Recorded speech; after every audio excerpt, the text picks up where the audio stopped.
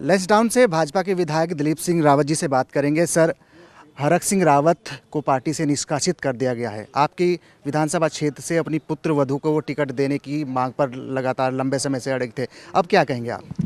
निश्चित रूप से मैं समझता हूं कि जैसा उनका राजनीति में कई साल उनको वर्ष हो गए हैं, तो मैं समझता हूं कि अपरिपक्व जो राजनीतिक होती है वो उनकी थी नहीं, क्योंकि जिस बहू के लिए वो लड़ाई लड़ रहे हैं उनका राजनीति में कोई योगदान नहीं, समाज में कोई योगदान नहीं, खाली किसी फैशन डिज़ाइनिंग में पुरस्कार पा लेना ये कोई मापदंड नहीं है समाज के लिए। तो मैं समझता हूं कि उनको अपरिपक्व जो उनकी सोच थी वो निश्चित रूप से वो भारतीय जनता पार्टी उसको स्वीकार नहीं किया, और मैं समझता हूं कि बहुत अच्छा निर्णय था।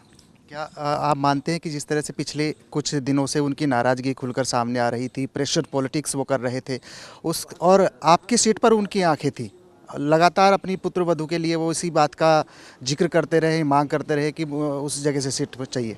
देखिए, उनका नज़रिया ये है कि वो जब जिस सीट से चुन जाते हैं उसके बाद उस पर नज़र नहीं रखते, उसके बाद वो दूसरी सीट पर नज़र रखते हैं। ये उनकी मनोवृत्ति है, ये उनकी सोच है, ये उनकी आदत है। और हर समय अभी आप देखना कि अभी इस चुनाव का समय आएगा, बहुत रोएंगे। और मुझे पता है कि जब वो रोते हैं चुनाव में तो उसके बाद 5 साल उसी क्षेत्र की जनता रोती है। कांग्रेस में जाने की चर्चा है?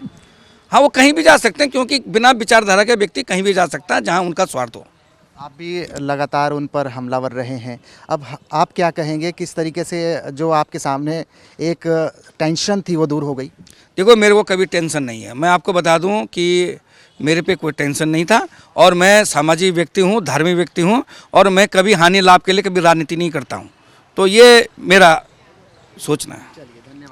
हमने बात की लैंसडाउन से भाजपा के विधायक दिलीप सिंह रावत जी से, और इन्हीं के सीट पर हरक सिंह रावत अपनी पुत्र वधू के लिए टिकट की डिमांड कर रहे थे, जिसके चलते अब भाजपा की ओर से उनको 6 साल के लिए निष्कासित कर दिया गया है। अपने सहयोगी सोहन परमार के साथ विनोद कुमार, एबीपी गंगा, देहरादून।